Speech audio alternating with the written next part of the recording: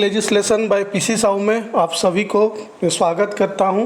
PC Sahu दोस्तों, आज जो वीडियो आप देखने जा रहे हैं उसमें माइनिंग मेट, माइनिंग फोरमैन या फिर सेकंड क्लास या फर्स्ट क्लास का विनिंग वर्किंग रिलेटेड कुछ इम्पोर्टेंट क्वेश्चंस के ऊपर हम लोग डिस्कस करेंगे। जैसे कि मैं हमेशा बोलता हूं कि जो ड्रिलिंग ब्लास्टिंग वाला पार्ट है ये विनिंग वर्किंग में भी आता है और फोरमैन, मेट, ब्लास्टर सभी टाइप का एग्ज़ाम में सेम टाइप का क्वेश्चन आता है। तो कुछ पोर्शन जो है सिलेबस का सभी लेवल का एग्ज़ाम के लिए इम्पोर्टेंट है। तो ये स्पेशली जो वीडियो आज का है ये स्पेसिफिक नहीं है, सभी टाइप का एग्ज़ाम के लिए बहुत ही इम्पोर्टेंट है।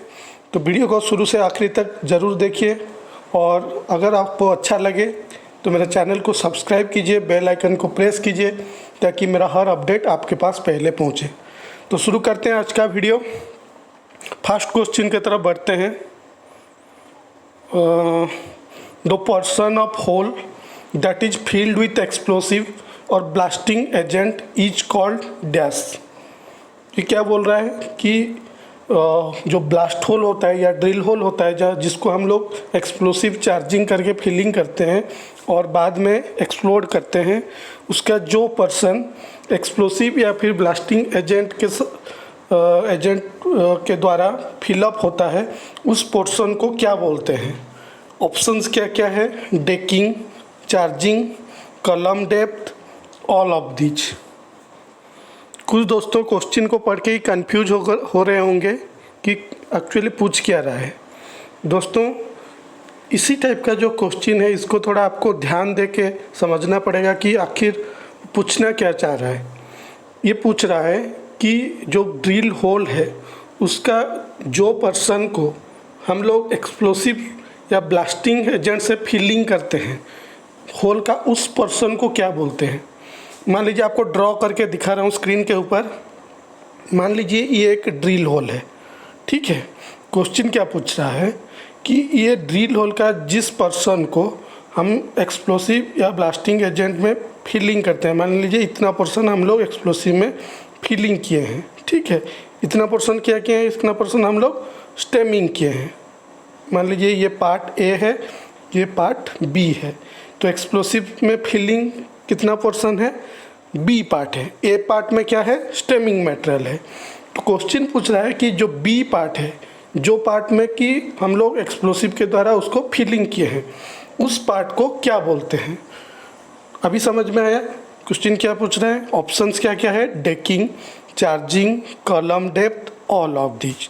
तो अभी तो आपको आंसर समझ में आया होगा कि इसका सही आंसर है ऑप्शन सी, कॉलम डेप्थ।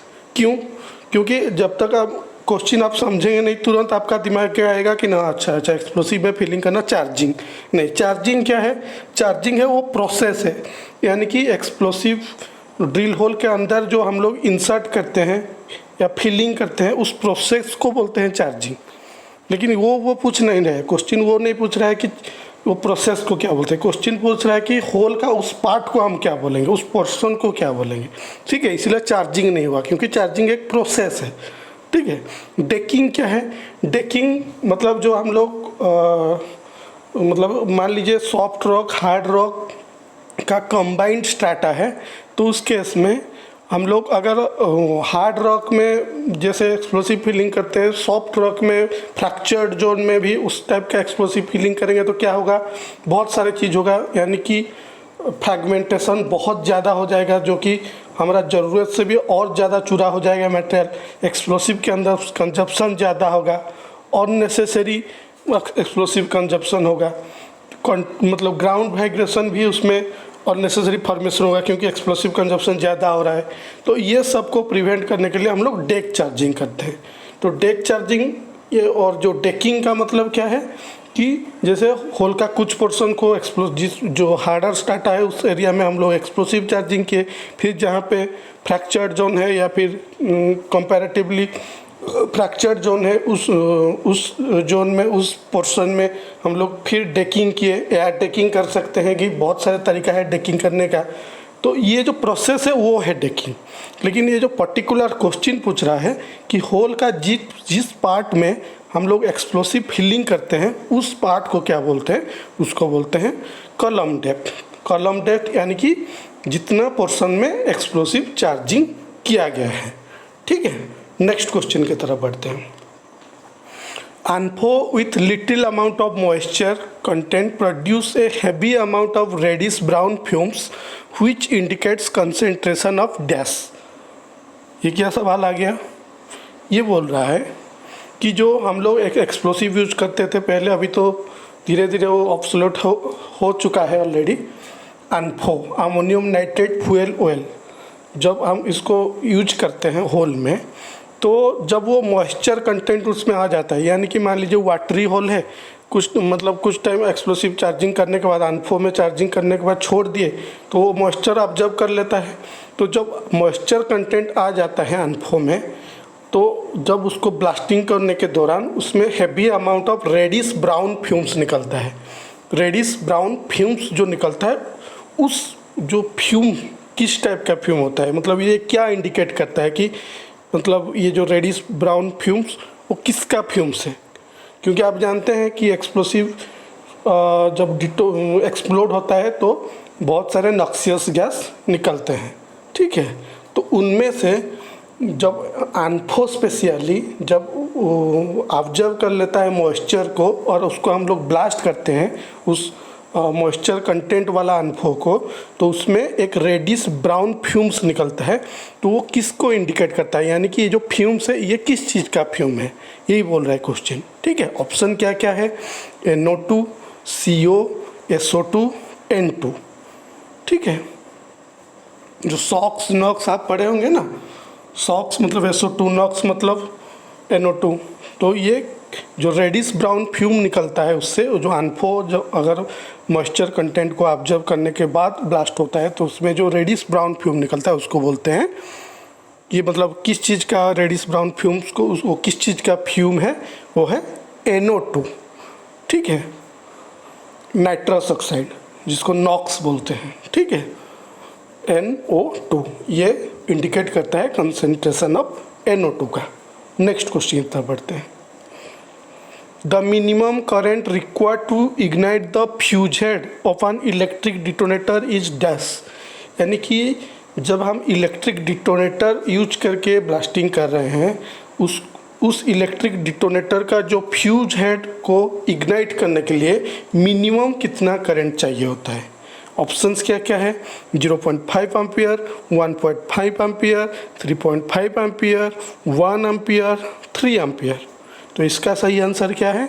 इसका सही आंसर है 0.5 एम्पियर, जो कि ऑप्शन ए में है। तो minimum current required to ignite the fuse head of an electric detonator is 0.5 ampere. Next question की तरफ बढ़ते हैं। Which among the following is a harmless gas produced during blasting? अभी जैसे हम नॉक्स का बात डिस्कस कर रहे थे NO2 का, तो इनमें से कौन सा गैस एक हार्मलेस गैस है, यानी कि हानिकारक नहीं है? हार्मफुल गैस मतलब जो शरीर के लिए हानिकारक है, हार्मलेस गैस मतलब जो हानिकारक नहीं है। तो ब्लास्टिंग के दौरान जो हार्मफुल गैस निकलते हैं उनमें से 4 गैस यहाँ पे ऑप्शन में है और एक हार्मलेस गैस है, यानी कि जो हानिकारक नहीं है। उस हार्मलेस गैस को हमको आइडेंटिफाई करना है। तो इसमें हमको और एक चीज़ भी क्वेश्चन से आंसर आपको मिल जाएगा कि ब्लास्टिंग के दौरान क्या क्या हार्मफुल गैस निकलता है, क्योंकि इसका ये जो को पर्टिकुलर क्वेश्चन का आंसर तो एक होगा कि इनमें से हार्मलेस गैस कौन सा है, तो बाकी जो 4 है वो हार्मफुल गैस है। तो एक क्वेश्चन में 2 क्वेश्चन का आंसर मिल गया। ठीक है, तो इस पर्टिकुलर क्वेश्चन का आंसर क्या है? इनमें से हार्मलेस गैस क्या है? N2 nitrogen. ठीक है, तो ब्लास्टिंग के दौरान जो NO2, CO, CO2, SO2, ठीक है, ये जो 4 है, nitrous oxide, carbon monoxide, carbon dioxide, sulphur oxide, ये जो 4 है ये हार्मफुल गैस है। ठीक है, नॉक्सियस गैस है, पॉइजनस गैस है। ठीक है, CO2 तो पॉइजनस नहीं है, बाकी हार्मफुल गैस है। हार्मलेस गैस में से N2 है। ठीक है, जो नाइट्रोजन है वो हार्मलेस गैस है। तो बाकी जो 4 है वो हार्मफुल गैस है, ठीक है। और इनमें से सिर्फ CO2 को छोड़ के जो बाकी तीनों हैं NO2, CO, SO2 वो पॉइजनस गैस है, ठीक है। नेक्स्ट क्वेश्चन की तरफ बढ़ते हैं। If the reaction of decomposition of an explosive moves through the explosive column slower than the velocity of sound, it is termed as dash। क्या पूछ रहा है ये? If the reaction of decomposition of an explosive moves through the explosive column slower than the velocity of sound, it is termed as dash। यानी कि हम लोग जब एक्सप्लोसिव को इग्नाइट करते हैं, कैसे इग्नाइट करते हैं? हीट दे के, या फिर फ्लेम दे के, या फिर डिटोनेशन दे के, या कि सडन शॉक दे के, बाय यूजिंग डिटोनेटर। ऐसे करके हम एक्सप्लोसिव को डिटोनेट करते हैं। तो जब एक्सप्लोसिव डिटोनेट हो जाता है तो वो डिकम्पोजिशन उसका होता है। डिकम्पोजिशन जब होता है वो large amount of gas at high pressure and high temperature generate करता है। यानी कि एक्सप्लोसिव को जब हम हीट, फ्लेम या फिर सडन शॉक देते हैं तो वो डिकम्पोज होने लगता है। डिकम्पोज होके एक बहुत लार्ज क्वांटिटी में गैस फॉर्मेशन करता है जो कि बहुत हाई टेम्परेचर में रहता है और बहुत हाई प्रेशर में रहता है, ठीक है। तो ये बोल रहा है कि वो जो रिएक्शन ऑफ डिकम्पोजिशन है उसका स्पीड अगर साउंड का वेलोसिटी से स्लो हो गया तो उसको क्या बोलते हैं, ठीक है। अगर उसका स्पीड साउंड का वेलोसिटी से ज़्यादा है उसको क्या बोलते हैं, और कम है इसको क्या बोलते हैं। ये दो अलग अलग क्वेश्चन है, लेकिन इसमें एक क्वेश्चन पूछ रहा है कि अगर कम है, साउंड का वेलोसिटी से कम है तो उसको क्या बोलेंगे। ऑप्शंस क्या क्या है? Initiation, deflagration, detonation, ground vibration. तो इसका सही आंसर है डिफ्लैग्रेशन। यानी कि डिफ्लैग्रेशन का डेफिनेशन आपको समझ में आ गया कि एक्सप्लोसिव का जो डिकम्पोजिशन रेट है, जिस रेट से वो डिकम्पोज होता है, ठीक है, जो एक्सप्लोसिव कलम में फ्लो होता है उसका रेट अगर साउंड का वेलोसिटी से कम है तो उसको बोलेंगे हम लोग डिफ्लैग्रेशन, और अगर साउंड से ज़्यादा जो होता है उसको बोलते हैं डिटोनेशन, ठीक है। इसीलिए VOD बोलते हैं ना, VOD मतलब वेलोसिटी ऑफ डिटोनेशन। तो साउंड का वेलोसिटी के हिसाब से उसको कंपेयर किया जाता है। साउंड का वेलोसिटी से जिसका रेट ऑफ डिकम्पोजिशन कम रहता है उसको बोलते हैं डिफ्लैग्रेशन हो गया, ठीक है। Next question, what excess percentage of diesel oil will lower the sensitivity of ANFO। यानी कि क्वेश्चन पूछ रहा है कि अमोनियम नाइट्रेट फ्यूल ऑयल जो एक्सप्लोसिव हम लोग बनाते हैं उसमें क्या क्या रहता है? अमोनियम नाइट्रेट प्रिल्स के साथ फ्यूल ऑयल यानी कि डीजल हम लोग बनाते हैं। कितना जो रेशियो में? 94:6 रेशियो में। तो यहाँ क्वेश्चन पूछ रहा है कि डीजल का परसेंटेज कितना परसेंटेज से ज़्यादा होने से ANFO का सेंसिटिविटी कम हो जाता है। ऑप्शंस क्या क्या है? 6%, 9%, 8%, 10%। तो इसका सही आंसर क्या है? इसका सही आंसर है ऑप्शन C, 8%। यानी कि डीजल ऑयल का परसेंटेज अगर 8% से ज़्यादा हो जाएगा तो ANFO का सेंसिटिविटी घट जाएगा, ठीक है। नेक्स्ट क्वेश्चन तरफ बढ़ते हैं। In control blasting the fly rock should not go height more than dash. ये क्या बोल रहा है? ये बोल रहा है कि हम लोग जो कंट्रोल ब्लास्टिंग करते हैं, कंट्रोल ब्लास्टिंग क्यों करते हैं? ताकि हमारा फ्लाई रॉक ज़्यादा दूरी तक ना जाए, ठीक है, ग्राउंड वाइब्रेशन कम हो। बहुत सारा चीज़ है। मेन हमारा जो ऑब्जेक्टिव रहता है कि फ्लाई रॉक कंट्रोल डिस्टेंस तक जाए, यानी कि ज़्यादा डिस्टेंस तक नहीं जाए, यानी कि इसके आसपास जिसको हम मतलब डैमेज करना नहीं चाहते हैं उतना मतलब डिस्टेंस तक ना जाए कि डैमेज कर दे, इसलिए कंट्रोल ब्लास्टिंग किया जाता है। तो कंट्रोल ब्लास्टिंग में किसको मतलब हम कंट्रोल ब्लास्टिंग बोलेंगे कि फ्लाई रॉक का जो फ्लाई रॉक यानी ब्लास्टिंग के बाद जो पत्थर फेंकता है ना उसको बोलते हैं फ्लाई रॉक, ठीक है। तो फ्लाई रॉक कितना मीटर हाइट से अगर कम है उसको हम लोग कंट्रोल ब्लास्टिंग हुआ है बोल सकते हैं, ये बोल रहा है क्वेश्चन। ठीक है, ऑप्शन क्या क्या है, 6 मीटर, 5 मीटर, 1 मीटर, 3 मीटर। इसका सही आंसर क्या है, 3 मीटर। यानी कि क्या समझे आप इससे, इसका मतलब एनालिसिस से, कि जो कंट्रोल ब्लास्टिंग में जो फ्लाई रॉक होता है, ये हाइट बोल रहे हैं आप, नहीं तो ऐसे समझेंगे कि कंट्रोल ब्लास्टिंग में क्या सिर्फ 3 मीटर डिस्टेंस तक पत्थर फेंकता है क्या ना, इसका मतलब ये नहीं है। इसका हाइट जो है, डिस्टेंस तो बहुत जाता है, क्योंकि हमारा डेंजर जो है तो 500 मीटर रेडियस का जो सर्कल है वो तो डेंजर जोन है, 500 मीटर के अंदर कहाँ भी जा सकता है। ठीक है, 3 मीटर फिर क्या हो, तो 500 मीटर हो गया, 3 मीटर उसका हाइट बोल रहा है, मतलब ऊपर 3 मीटर ऊपर से ज़्यादा डिस्टेंस तक नहीं जाएगा। वो जहाँ जाएगा मतलब हॉराइजेंटली जाएगा, हॉराइजेंटली नहीं बोल सकते, मतलब ऐसा जाएगा कि उसका हाइट जो ब्लास्ट हम जिस बेंच में कर रहे हैं उससे 3 मीटर ऊपर नहीं जाएगा, ऊपर डिस्टेंस ऊपर, क्योंकि ये देखिए ये प्रोजेक्टाइल मोशन होता है कि ऊपर जाने के साथ साथ दूर भी जाता है, अगर ऊपर कम गया ऑटोमेटिक दूर भी कम जाएगा। ठीक है, तो इसीलिए इसको कंट्रोल ब्लास्टिंग बोलते हैं। तो हाइट 3 मीटर से ज़्यादा नहीं जाता है फ्लाई रॉक। ठीक है, कंट्रोल ब्लास्टिंग टेक्निक में। Next question, if any danger observe by mining mate what action he shall take. अगर एक माइनिंग मेट ड्यूटी कर रहा है माइंस में, वो कुछ डेंजर ऑब्जर्वेशन किया, ठीक है, कि देखा ये चीज़ डेंजर है, तो वो क्या करेगा, उसके रिलेटेड क्वेश्चन। ऑप्शंस क्या क्या है, withdraw all persons from such place, यानी कि जिस एरिया में वो डेंजर को आइडेंटिफाई किया उस प्लेस से सभी आदमी को निकालेगा। ठीक है, next, shall not leave such place until danger has been removed in his presence, यानी कि अपना खुद का प्रेजेंस में जो भी डेंजर होगा उसको रिमूव करने के लिए कोशिश करेगा। ठीक है, थर्ड ऑप्शन क्या बोल रहा है, if danger not removed prevent inadvertently entry of any person, यानी कि अगर डेंजर रिमूव जब तक मान लीजिए नहीं हुआ है तब तक कोई अनऑथराइज्ड या अननेसेसरी आदमी को उस डेंजर प्लेस के पास पहुंचने को रोकेगा। और ऑप्शन डी बोल रहा है ऑल ऑफ दीज, ये सभी काम करेगा। ये तो बहुत ईजी है। ठीक है, तो इसका सही आंसर होगा ऑल ऑफ दीज। ये जो ऊपर तीनों वाला, तीनों काम सब ये करेगा माइनिंग में। ठीक है, ये duty and responsibility of mining met का एक पार्ट है। नेक्स्ट क्वेश्चन,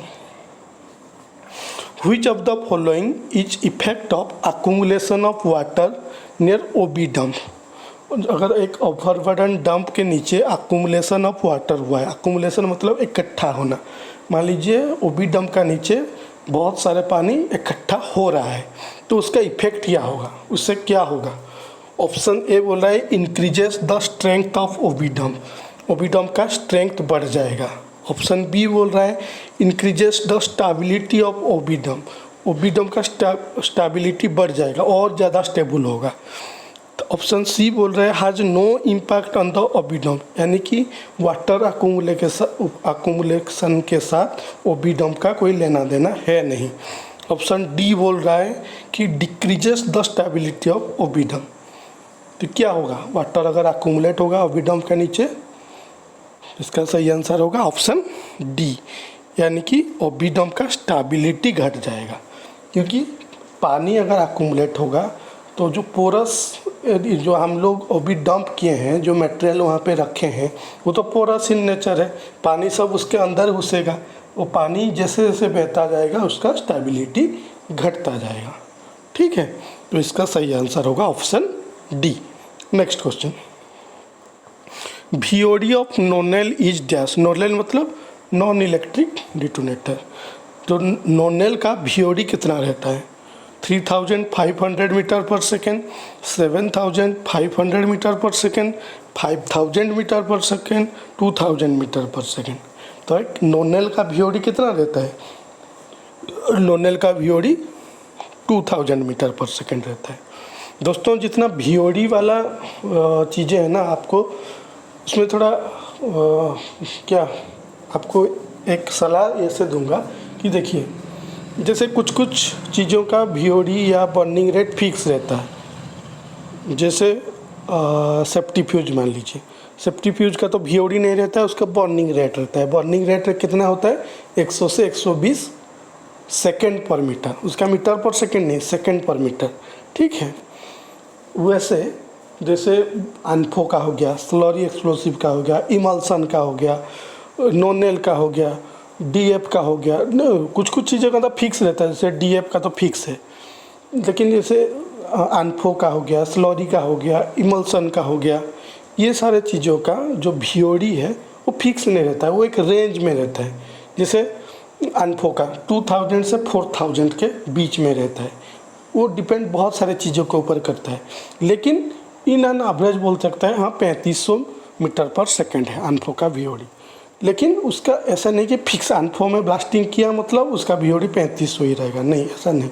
वो 2000 से 4000 के बीच में वेरी करता है, बहुत सारे फैक्टर के ऊपर डिपेंड करके। और अलग अलग किताब देखेंगे आप तो सब में अलग अलग है। किस में लिखा गया होगा 3500 मीटर पर सेकेंड, किस में लिखा होगा 3600 मीटर पर सेकेंड, किस में लिखा होगा 3000 मीटर पर सेकेंड। तो इसमें कन्फ्यूजन होने का नहीं, क्योंकि ऐसा ही रहेगा। आप इसे आप बोलेंगे तो फिर हम कैसे याद करेंगे। अब मैं आपको एक सवाल पूछता हूँ, आपको मैं बोलूँगा, मान लीजिए आप नॉन वेजिटेरियन हैं, एक अंडे उबलने के लिए कितना टाइम लगता है? उसका कुछ फिक्स कोई बता सकता है? नहीं, 10 मिनट, यानी कि मैं अंडा बिठाया 10 मिनट के बाद मैं निकालूंगा तो पूरा उबल गया होगा, ऐसे बोल सकते हैं क्या? नहीं, क्योंकि ये भी बहुत सारे चीज़ के ऊपर डिपेंड करता है। कितना आप पानी दिए हैं, मान लीजिए पूरा एक ड्रम पानी में एक अंडा रखे हैं, उसको गर्म कर रहे हैं, तो क्या 10 मिनट में हो जाएगा? 10 मिनट तो पानी भी नहीं गर्म हुआ होगा, उसके ऊपर डिपेंड किया। फिर हम किस में मतलब ये लकड़ी लगा के उस आग से उसको उबाल रहे हैं, या गैस में उबाल रहे हैं, या फिर हीटर में उबाल रहे हैं। मान लीजिए हीटर में पावर ज़्यादा नहीं, मतलब वोल्टेज ज़्यादा नहीं है, तो वो काफ़ी टाइम लगेगा। तो ये बहुत सारे चीज़ के ऊपर डिपेंड करता है। आप बोल नहीं सकते कि नहीं अंडा उबालने के लिए इतना टाइम लगता है। उसी तरह एक्सप्लोसिव, वो एक एग्जांपल दिया, आप बोले क्या एक्सप्लोसिव का अंडा के साथ आप कंपेयर कर रहे हैं, जस्ट आपको समझाने के लिए, ठीक है। उसी तरह एक्सप्लोसिव जैसे इमल्सन का, स्लरी का, ANFO का, ऐसे फिक्स नहीं रहता है कि इतना ही आएगा, लेकिन 2000 से 4000 के बीच में वेरी करता है ANFO का। तो 3500 भी बोल सकते हैं, 3600 भी बोल सकते हैं, इसी टाइप का रहेगा। लेकिन इसका मतलब ये नहीं कि आप बोल देंगे कि नहीं ANFO का VOD 6000 हो जाएगा या 5000 हो जाएगा, नहीं, उतना नहीं होगा। तो आपको ये एक अंदाज़ा, ये इसलिए बोल रहा हूँ, मान लीजिए एग्ज़ाम आप पढ़ाई करके गए हैं कि ANFO का VOD कितना है, आप पढ़ाई करके गए हैं 3500 मीटर पर सेकेंड, 3500, और ऑप्शन जो दिया है उसमें 3500 है ही नहीं, और नॉन ऑफ दीज वाला ऑप्शन ही नहीं है, 4 दिया है। मान लीजिए लिखा गया है 4500, 6000, 3700 और 1000 मीटर पर सेकेंड, चारों, ठीक है। तो आप बोलेंगे 35 से तो मैं पढ़ाई करके आया हूँ सर, तो बोले थे आप कहीं से भी पढ़े होंगे, मेरे से पढ़े होंगे, किसी किताब में पढ़े होंगे, आपका टीचर जो भी होगा उनसे पढ़े होंगे, तो कहीं से पढ़े होंगे। मान लीजिए 3500 पढ़ाई करके गए हैं, मतलब ये क्वेश्चन आएगा ANFO का VOD तो मेरा 100% एक मार्क मेरे को मिलेगा। लेकिन एग्ज़ाम में जो 4 ऑप्शन दिया है उसमें 3500 है ही नहीं, तो आप क्या करेंगे? तो इसमें आपको थोड़ा दिमाग लगाना ये है, दिमाग लगाना नहीं है, ये मतलब सही चीज़ है। आप ऐसा नहीं बोल सकते वो गलत लिखा है, वो सही लिखा है। यानी कि 1000 कभी होगा नहीं, 6500 कभी होगा नहीं, 5000 कभी होगा नहीं, क्योंकि उसका वेरी करता है 2000 से 4000 के बीच में। तो आप अगर 3500 पढ़ के गए हैं, अगर उसमें 3600 लिखा गया ऑप्शन में, या मान लीजिए 3400 लिखा गया है, तो वही होगा उसका सही आंसर, ठीक है। तो इसी टाइप को आपको देख के जाना है, ठीक है। और ये अभी आप समझ लीजिए ANFO से स्लरी एक्सप्लोसिव का VOD तो ज़्यादा रहता है, स्लरी एक्सप्लोसिव से इमल्सन का VOD ज़्यादा रहता है, लॉक्स का तो बहुत ज़्यादा है, ठीक है। तो ऐसे भी मतलब ये भी एक लॉजिक है, ऐसे भी करके आप मान लीजिए जैसे आता है ना मैच तो फॉलोइंग करके, तो मतलब कॉलम ए में एक्सप्लोसिव का नाम, कॉलम बी में 3 VOD सब, और इसको मैच करो करके इस टाइप का क्वेश्चन भी आता है। तो ये उस टाइम आप मान लीजिए पढ़ के गए हैं 3500, उसमें 3500 है ही नहीं, तो किसके साथ मैच करूं? तो ये वाला प्रॉब्लम ना है, इसीलिए मैं आपको ये समझा रहा हूँ। समझ गया ना मैं क्या बोलने को कोशिश कर रहा हूँ। नेक्स्ट क्वेश्चन, अरे कुछ ये आखिरी क्वेश्चन था क्या? तो दोस्तों ये था कुछ इंपॉर्टेंट क्वेश्चन जो कि माइनिंग में फोरमैन ब्लास्टर और फर्स्ट क्लास सेकंड क्लास का विनिंग वर्किंग में बहुत ही इम्पोर्टेंट होने वाला है, मतलब हो सकता है। तो इसी टाइप का वीडियो देखने के लिए मैं आपको, हाँ और एक बात मैं हमेशा बोलता भी हूँ, लेकिन ऐसे कुछ मेरे को दिख नहीं रहा है कि अगर आपका किसी स्पेशल टॉपिक के ऊपर, मान लीजिए मैनेजमेंट के ऊपर, एक्ट के ऊपर, इसके रेगुलेशन के ऊपर, या रेगुलेशन के किसी स्पेसिफिक पार्ट के ऊपर जिस टाइप का वीडियो आपका रिक्वायरमेंट है, आप कमेंट बॉक्स में ज़रूर डालिए, ताकि मैं फिर उसके ऊपर और ज़्यादा फोकस करके वीडियो बनाऊं। अभी क्या हो रहा है कि काफ़ी वीडियो में मैं देख रहा हूँ कुछ कमेंट तो आ नहीं रहा है, मैं जो डाल रहा हूँ कुछ देख रहे हैं, नहीं देख रहे हैं। ठीक है, जिसको मर्जी होगा देखेगा, इससे तो हम किसको कंपलसरी बोल नहीं सकते कि क्यों नहीं देख रहे। ज़रूरत होगा तो देखेगा, नहीं तो नहीं देखेगा, ऐसे थोड़ी है कि यहीं पढ़ना है। तो लेकिन ये हेल्प के लिए जस्ट हम लोग कोशिश कर रहे हैं, आप भी हमको साथ दे रहे हैं, तो हमको भी इंटरेस्ट हो रहा है बनाने के लिए। तो अगर आप कमेंट में लिखेंगे कि नहीं इस पर्टिकुलर टॉपिक के ऊपर थोड़ा वीडियो बनाने के लिए, तो हम भी उसके ऊपर बनाने को, हमको भी मतलब थोड़ा जल्दबाजी हम भी दिखाएंगे। ठीक है, तो इसी करके हम आगे भी बढ़ेंगे। तो चैनल के साथ जुड़े रहिए। जो लोग नया देख रहे हैं वो लोग सब्सक्राइब कीजिए, बेल आइकन को प्रेस कीजिए। इसी के साथ धन्यवाद।